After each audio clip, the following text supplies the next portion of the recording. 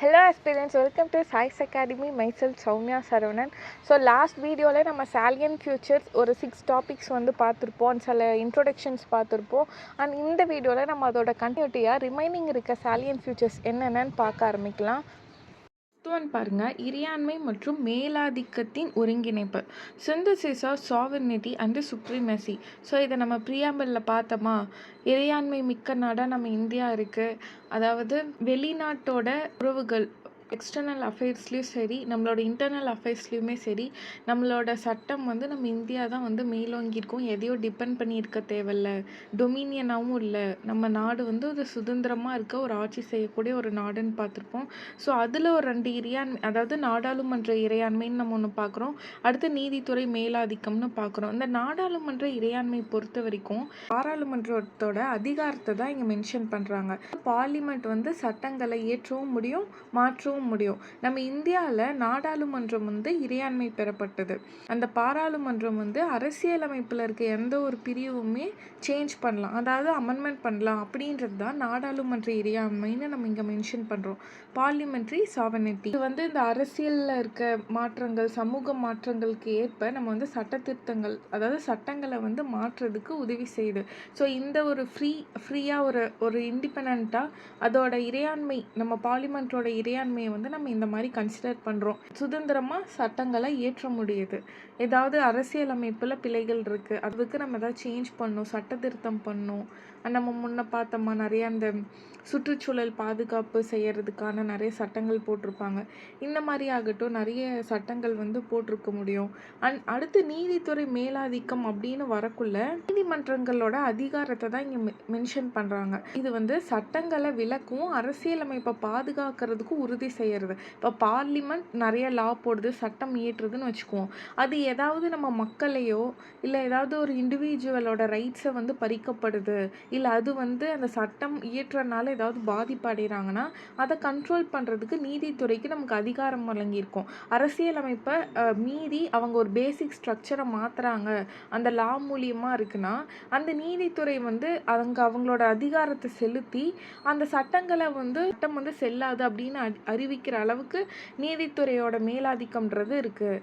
So இதை தான் நம்ம என்ன சொல்கிறோம், அமெரிக்க கொள்கையிலேருந்து இந்த மாதிரி நீதித்துறையோட மேலாதிக்கம் நம்ம பெறப்பட்டிருக்கு. உச்சநீதிமன்றம் தான் அமெரிக்காவில் வந்து ஒரு பெரிய அரசியலமைப்பின் பாதுகாவலராக செயல்படும் அப்படின்னு சொல்லியிருப்பாங்க.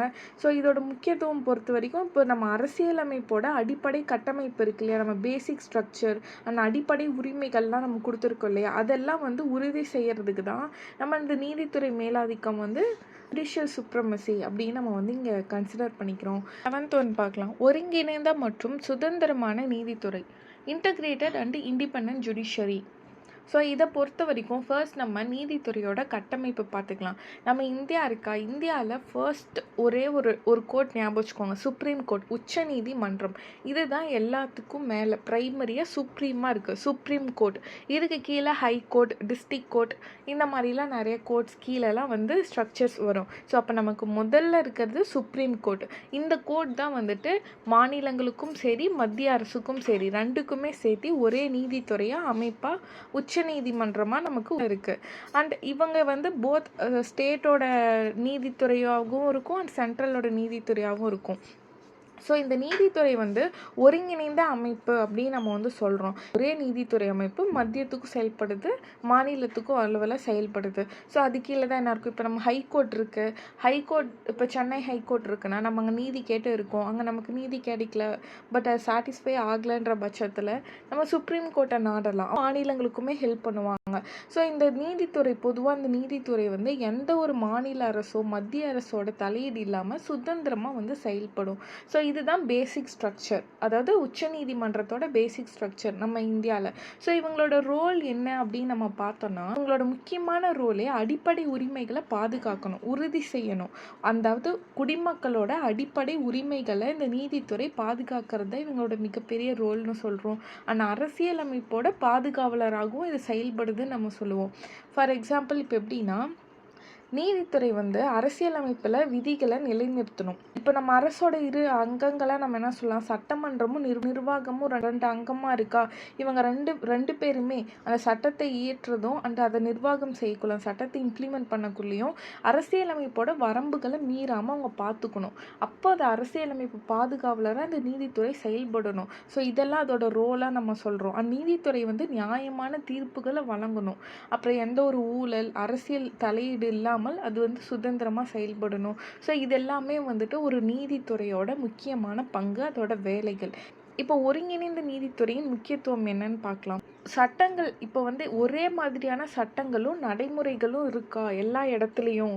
இப்போ ஒரு இடத்துல நல்ல சட்டம் போட்டுட்டு இந்த ஸ்டேட்டுக்கு இன்னொரு ஸ்டேட்லாம் வேற ஒரு சட்டமோ, அங்கே இருக்க மக்களுக்கு கிடைக்கிற ஈக்குவாலிட்டி இங்கே கிடைக்காம இருக்கிறது, அந்த மாதிரிலாம் இல்லாமல் எல்லாருக்கும் ஒரே மாதிரியான சட்டங்கள் நடைமுறைகள் கிடைக்கப்படுதான்றது உறுதி செய்யறதாகட்டும். நீதித்துறையோட முடிவுகளே இப்போது ஹைகோர்ட் ஒரு தீர்ப்பு சொல்லுதுனாலும் சரி, அவங்க ஒரு ஜஸ்டிஸ் கொடுக்கறதாகட்டும், ஒரு டிஸ்ட்ரிக்ட் கோர்ட்டில் கொடுக்கறதாகட்டும், இப்போ ஒவ்வொரு நீதிமன்றமும் ஒவ்வொரு பிரின்சிபல்ஸ் அண்ட் லாஸை வச்சுக்கிட்டு அவங்களுக்கு ஏற்ற மாதிரி தீர்ப்பு கொடுக்க முடியாது. பொதுவாக தீர்ப்புன்றது அவங்களோட எல்லா முடிவுகளும் ஒருமைப்பாட்டோடு இருக்கா அப்படின்றதையும் என்ன பண்ணணும், முக்கியத்துவமாக பார்க்கணும். மத்திய மாநில அரசுக்கு இடையே ஏதாவது பிரச்சனை இருக்குது, சட்ட முரண்பாடு இருக்குனாலும் அதை தீர்க்கிறதுக்குமே நீதித்துறை வந்து ஒருங்கிணைந்து செயல்படணும் அப்படின்னுமே வந்து நம்ம பார்க்குறோம். அடுத்து நம்ம பார்த்தோம்னா இந்த சுதந்திரமான நீதித்துறையின் அம்சங்கள்னு நம்ம பார்க்கக்குள்ள நம்ம எந்த ஒரு அரசோட கட்டுப்பாடும் இல்லாமல் இந்த நீதிபதிகளோட நியமனங்கள், அவங்களோட பதவி நீக்கம், இந்த மாதிரி எல்லாத்துலேயுமே வந்துட்டு தெளிவான நடைமுறைகளில் சுதந்திரமாக இயங்கணும் அப்படின்றதையும் நம்ம இந்த இதில் மென்ஷன் பண்ணிக்கலாம். அதான் 7th ஒன்ல நம்ம பார்க்குறோம், ஒருங்கிணைந்த மற்றும் சுதந்திரமான நீதித்துறை, இன்டகிரேட்டட் அண்ட் இண்டிபெண்டன்ட் ஜுடிஷியரி. கட்டமைப்பு பொறுத்த வரைக்கும் உச்சநீதிமன்றம் மத்திய மற்றும் மாநில சட்டங்கள் இரண்டையும் செயல்படுத்தும் ஒற்றை நீதித்துறை அமைப்பின் உச்சத்தில் உள்ளது. சுப்ரீம் கோர்ட் தான் இங்கே நம்ம வந்து ப்ரியாரிட்டி ஃபர்ஸ்ட் ஸ்ட்ரக்சரில் ஃபர்ஸ்ட் இருக்குது. அதுக்கப்புறம் ஹைகோர்ட் இருக்கும், அதுக்கப்புறம் டிஸ்ட்ரிக்ட் கோர்ட்ஸ்லாம் இருக்கும். நெக்ஸ்ட் பங்குன்னு பார்க்கக்குள்ள, இதோட ரோல்னு பார்க்கக்குள்ள அடிப்படை உரிமைகளை உறுதி செய்கிறது மற்றும் அரசியலமைப்பின் பாதுகாவலராக செயல்படுகிறது.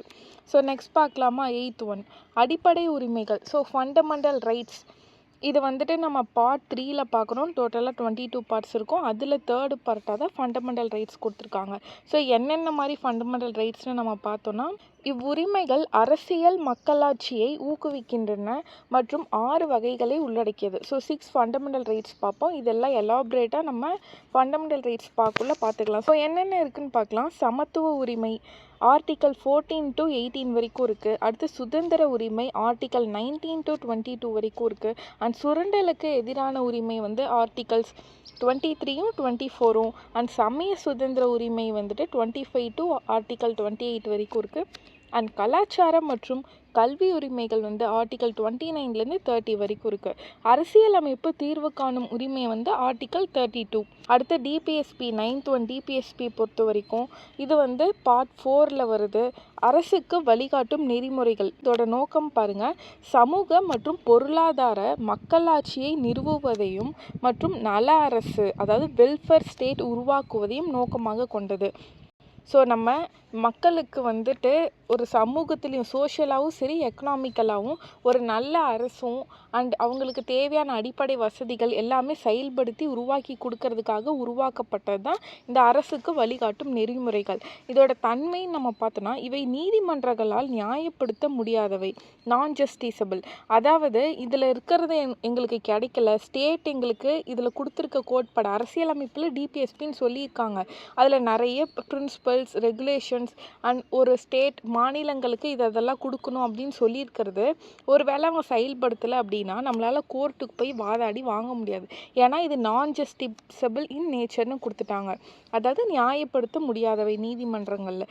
இதே நமக்கு ஃபண்டமெண்டல் ரைட்ஸ் இருக்கு இல்லையா, இப்போ மேலே பார்த்துட்டோம்ல அடிப்படை உரிமைகள், இது நமக்கு வழங்கப்படலை அப்படின்னா நம்ம போய் கோர்ட் கிட்ட வாதாடி வாங்க முடியும். எனக்கு நீதி மறுக்கப்பட்டுருச்சு, இது வந்து ஜஸ்டிசபிள்.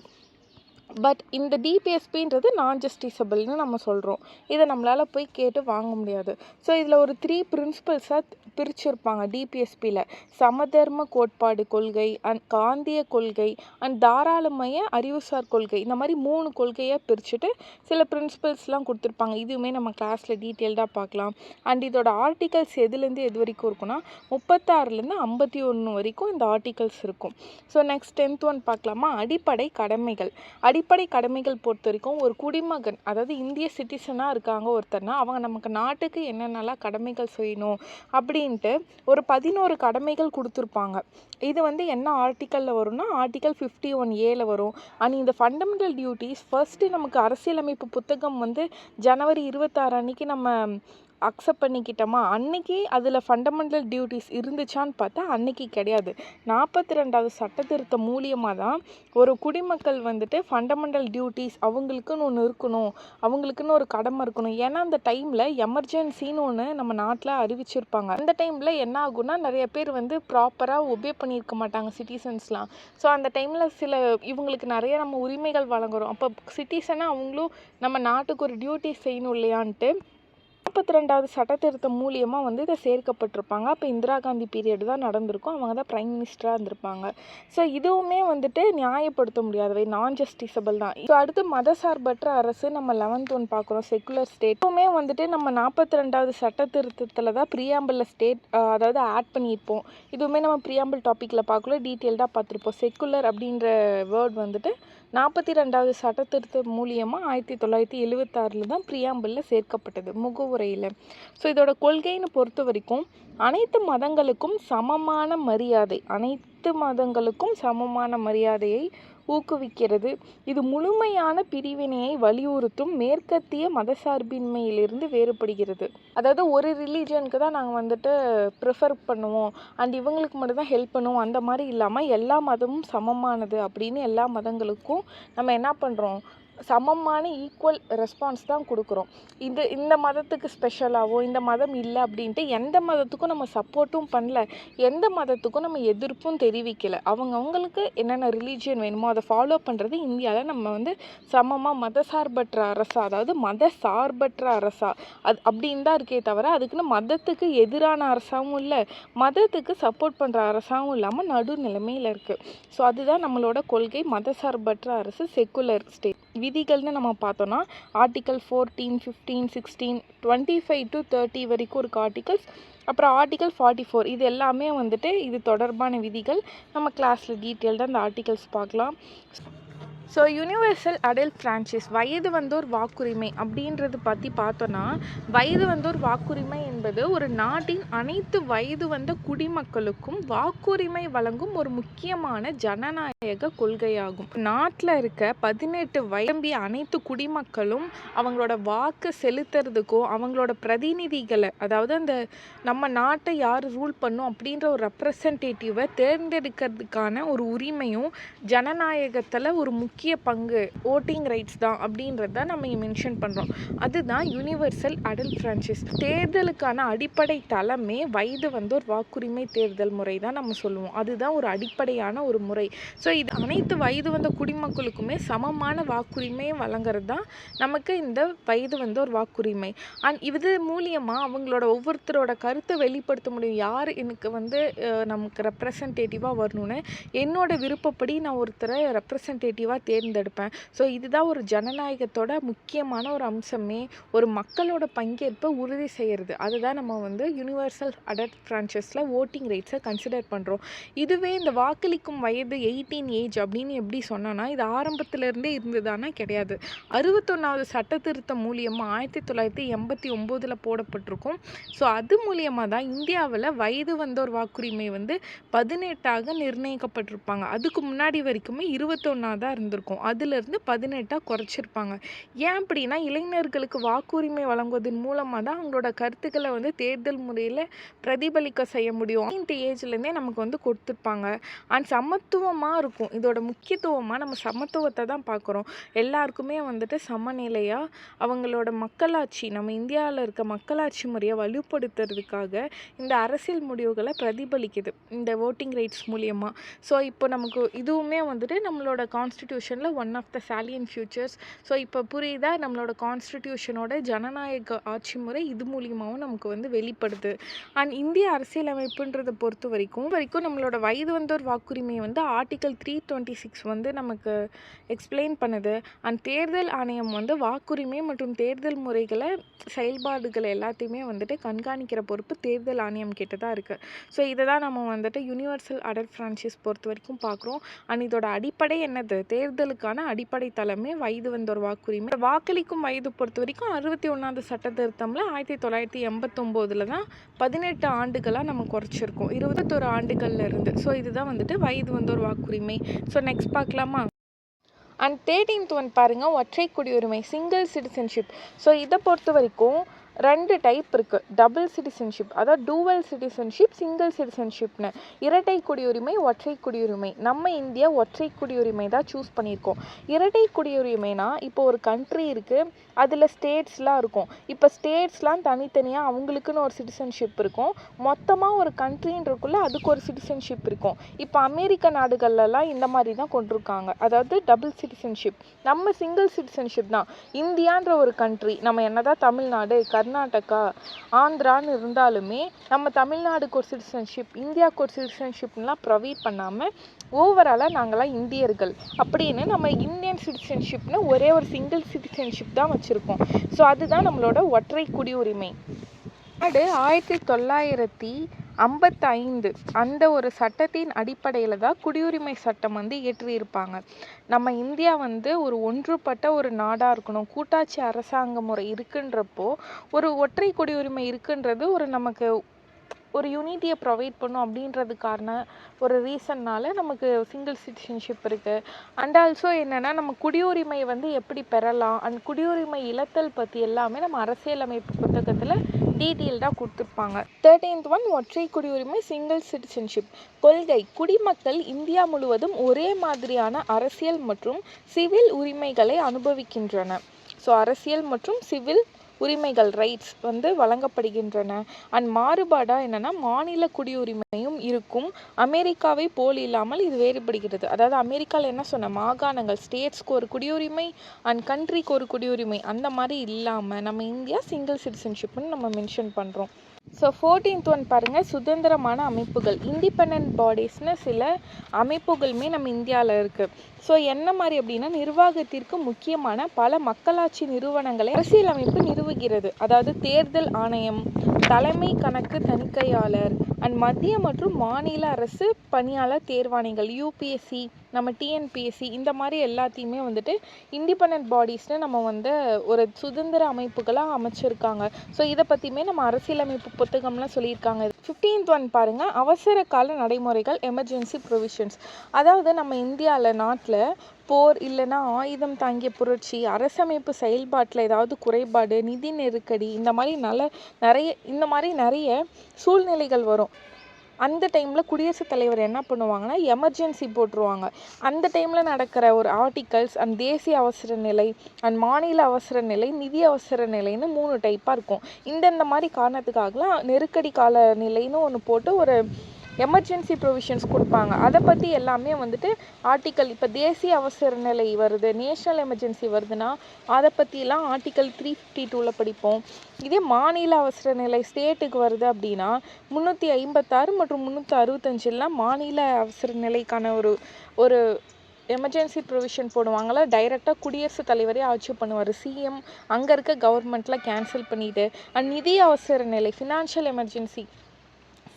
எமர்ஜென்சி வருது, நாங்கள் விதி 360 கீழே நம்ம அங்கே வந்துட்டு அந்த ஆர்டிக்கல் 316 படி அங்கே ஒரு எமர்ஜென்சி போடுறோம். ஸோ இது எல்லாத்தையுமே வந்துட்டு நம்ம நெருக்கடி கால அதிகாரங்கள் அப்படின்ட்டு நம்ம ஒரு எமர்ஜென்சி ப்ரொவிஷன்ஸ் கீழே பார்ப்போம்.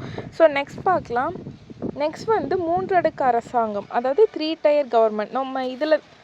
நம்ம இதில் தான் என்ன பார்ப்போம்னா கிராம பஞ்சாயத்துகள் இருக்குது இல்லையா, அதை பற்றி நம்ம பார்ப்போம். முதல்ல இந்திய அரசியலமைப்பு உருவாக்கப்பட்டப்போ பஞ்சாயத்து ராஜ் இருந்ததா, மத்திய அரசு மாநில அரசுக்கு கூட்டாட்சி முறை நிர்வாகம் மட்டும்தான் இருந்தது. அதுக்கப்புறமா தான் 1992ஆம் ஆண்டு 73வது மற்றும் 74வது சட்ட திருத்தம் போட்டு 3 அடுக்கு அரசாங்க முறைன்னு கொண்டு வந்தாங்க. மத்தியம் இருக்கும், மாநிலம் இருக்கும், அப்புறம் லோக்கல் கவர்மெண்ட், இந்த மாதிரி வந்துட்டு பஞ்சாயத்து ராஜ், முனிசிபாலிட்டின்னு 3 அடுக்கு கவர்மெண்ட்டாக கொண்டு வந்தாங்க. ஆனால் ஆரம்ப காலத்தில் அரசியலமைப்பில் இந்த மாதிரி எதுவுமே இல்லை. ஸோ அப்போ பஞ்சாயத்து ராஜ் கொண்டு வந்தது 73வது சட்ட திருத்தம் 1992 மூலம் அங்கீகரிக்கப்பட்டது. அண்ட் நம்ம முனிசிபாலிட்டி, அதாவது நகராட்சிகள் பொறுத்த வரைக்கும் 74வது சட்ட திருத்தம் 1992 மூலம் அங்கீகரிக்கப்பட்டது. ஸோ இப்போ புரிஞ்சதா? இதெல்லாம் பற்றி நம்ம வந்துட்டு டீட்டெயில்டாக பஞ்சாயத்து ராஜ்னு தனியாக படிப்போம். லோக்கல் கவர்மெண்ட்னா அங்கே பார்க்கலாம். இப்போ 3 அடுக்கு அரசுனா நம்ம என்ன சொல்லலாம்னா மத்திய அரசு இருக்கும். அதுக்கப்புறம் மாநிலங்கள், யூனியன் டெரிட்டரிஸ் இருக்கா, யூனியன் பிரதேசங்கள், அவங்களுக்கான அரசு. அப்புறம் உள்ளாட்சி அரசு, பஞ்சாயத்து ராஜ், முனிசிபாலிட்டி. இந்த வேறு எந்த அரசியலமைப்புலையுமே இந்த மாதிரி வந்து 3 அடுக்கு அரசாங்க முறை இல்லை. நம்ம இந்தியாவில் தான் நம்ம இந்த 3 tier கவர்மெண்ட் ஃபாலோ பண்ணுறோம். And 17th one, last one பார்த்தோன்னா கோஆப்ரேட்டிவ் சொசைட்டிஸ், கூட்டுறவு சங்கங்கள். அதாவது அரசியலமைப்பு 97வது சட்ட திருத்தம் மூலியமாக தான் இதை ஆட் பண்ணியிருக்காங்க. 2011 அரசியலமைப்பு அந்தஸ்து மற்றும் பாதுகாப்பு வழங்கப்பட்டது இந்த கூட்டுறவு சங்கங்களுக்கு. ஸோ இதை பற்றி என்னென்ன விதிகளில் சொல்லியிருக்காங்க அப்படின்னா, கூட்டுறவு சங்கங்களை அமைக்கும் உரிமை அடிப்படை உரிமையாக அங்கீகரிக்கப்பட்டது. ஆர்டிக்கல் 19 இது ஒரு அடிப்படை உரிமையாக சேர்க்கப்பட்டிருக்கு. அண்ட் டிபிஎஸ்பியில் என்ன சொல்லியிருக்காங்கன்னா, கூட்டுறவு சங்கங்களை ஊக்குவிக்கணும்ன்ட்டு ஆர்டிக்கல் 43B கொடுத்துருக்காங்க. அண்ட் புதிய பகுதி பொறுத்த வரைக்கும் 9B கூட்டுறவு சங்கங்களுக்கு என தனியாக ஒரு அர்ப்பணிக்கப்பட்டிருக்கு. அதோட ஆர்டிகல்ஸ் பாருங்கள், 243ZH to 243ZT வரைக்குமே வந்துட்டு நமக்கு வந்து ஆர்டிகல்ஸ் ப்ரொவைட் பண்ணியிருக்காங்க. ஸோ இது எல்லாமே வந்துட்டு அப்கமிங் கிளாஸில் அந்தந்த டாபிக் கீழே கண்டிப்பாக வரும். நம்ம பார்க்க போகிற சிலபஸில் அதில் டீட்டெயில்டாக பார்த்துக்கலாம். ஸோ இப்போ இந்த வீடியோவில் நம்ம எதை பற்றி பார்த்துருக்கோம்? இப்போ போன வீடியோ, இந்த வீடியோவில் ரெண்டுமே பார்ட் 1 பார்ட் 2 ரெண்டையுமே கம்பைன் பண்ணி பார்த்தோன்னா நம்ம சாலியன் ஃபியூச்சர்ஸ் முடிச்சிட்டோம். 2 வீடியோவில் நம்ம சாலியன் ஃபியூச்சர்ஸ் முடிச்சிட்டோம். இந்த வீடியோவில் நம்ம கோஆப்ரேட்டிவ் சொசைட்டிஸ் பார்த்துருக்கோம். அண்ட் 3 அடுக்கு அரசாங்கம்னா என்னென்னு பார்த்துருக்கோம். அப்புறம் எமர்ஜென்சி ப்ரொவிஷன்ஸ் பற்றி பார்த்துருக்கோம். அண்ட் இண்டிபெண்ட் பாடிஸ்னால் என்னென்ன சொல்கிறாங்கன்னு பார்த்துருக்கோம். அண்ட் வயது வந்தோர் வாக்குரிமை, யூனிவர்சல் அடல்ட் ஃப்ரான்ச்சைஸ்னால் என்னென்னு பார்த்துருக்கோம். And secular state, fundamental duties, DPSP, fundamental rights, and integrated and independent judiciary and some parts of synthesis of sovereignty and supremacy, இறையாண்மை மற்றும் மேலாதிக்கத்தின் ஒருங்கிணைப்பு. ஸோ இதெல்லாம் பற்றி கொஞ்சம் பார்த்தோம். அண்ட் மற்றதெல்லாம் டீட்டெயில்டாகவே பார்த்தோம். இது வரைக்கும் நம்ம வந்துட்டு கிளாஸ் கம்ப்ளீட் பண்ணிட்டோம். சாலியன் ஃபியூச்சர்ஸ் முடிச்சிட்டோம். இந்த கிளாஸோட எண்ட் ஆகுது. இது நம்ம சிலபஸ் டிகோடிங்கில் பார்த்த சிலபஸ் தான். இப்போ நம்ம என்ன கம்ப்ளீட் பண்ணியிருக்கோம் நம்ம கிளாஸ் பொறுத்த வரைக்கும் அப்படின்ட்டு நான் உங்களுக்கு இப்போது சின்னதாக ஒரு எக்ஸ்ப்ளனேஷன் கொடுக்குறேன். ஸோ ஃபர்ஸ்ட் கிளாஸில் நம்ம சிலபஸ் டிகோடிங் பார்த்து முடிச்சிருப்போம் இந்தியன் பாலிட்டிக்கு. செகண்டாக வந்துட்டு வேர் டு ஸ்டடி பார்த்துருப்போம். இந்த பாலிட்டிக்கான வேர் டு ஸ்டடி பார்த்துருப்போம். அண்ட் தேர்டு கிளாஸில் பேசிக் பாலிட்டி கிளாஸ் அப்படின்னு ஒரு கிளாஸ் டீச் பண்ணியிருப்பேன். அந்த கிளாஸில் நம்ம பேசிக்காக நம்ம இந்தியா கண்ட்ரியை பற்றியும், கான்ஸ்டிடியூஷன் பற்றி, நம்ம ஏன் டெமோக்ராட்டிக் சூஸ் பண்ணோம், ரிப்பப்ளிக் எப்படி ஆனோம், அண்ட் ஏன் parliamentary form of government choose பண்ணோன்னு சில பேசிக் பாலிட்டி டேர்ம்ஸ்லாம் கொடுத்துருப்பேன். அண்ட் ஃபோர்த்து கிளாஸில் ஹிஸ்டாரிக்கல் பேக்ரவுண்ட் பார்த்துருப்போம். அதாவது ஐரோப்பிய நாடுகள் வந்து ட்ரேட் பண்ணுறேன் அப்படின்ற மூலியமாக வந்துட்டு எப்படி நம்மளை ஆட்சி பண்ணாங்க, 1857 வரைக்கும் என்ன நடந்தது, 1600 1857 வரைக்கும் என்ன நடந்தது அப்படின்றத பார்த்துருப்போம்.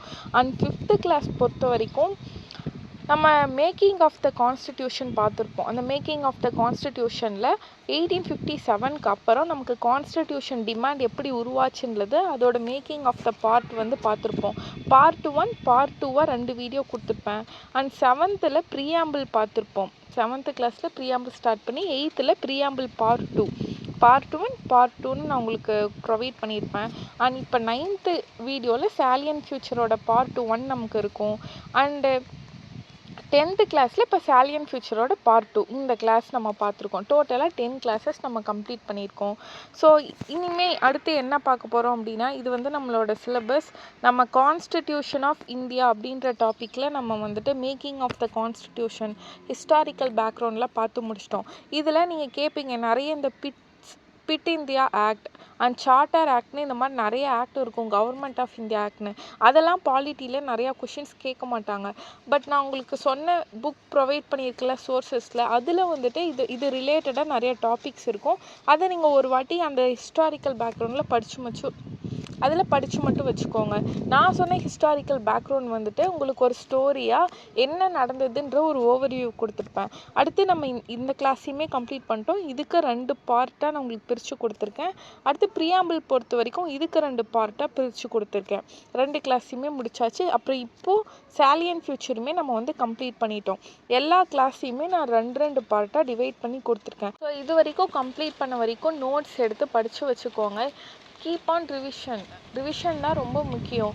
ஸோ ரிவிஷன் பண்ணுங்கள் அண்ட் கன்சிஸ்டண்ட்டாக படிங்க. ஏதாவது டவுட்ஸ் இருக்குது இல்லை ஏதாவது சேஞ்சஸ் பண்ணணும் உங்களுக்கு நான் எடுக்கிற டாப்பிக்கில் அப்படின்னா ஃபீட்பேக் கொடுங்க கமெண்ட்ஸில். ஸோ அதுக்கேற்ற மாதிரி நான் அப்கமிங் கிளாஸில் சேஞ்ச் பண்ணிக்கிறேன். ஸோ ஓகே, நம்ம திரும்ப நெக்ஸ்ட் கிளாஸில் சந்திக்கலாம். கீப் வாட்சிங், கீப் ஸ்டடிங். Thank you all.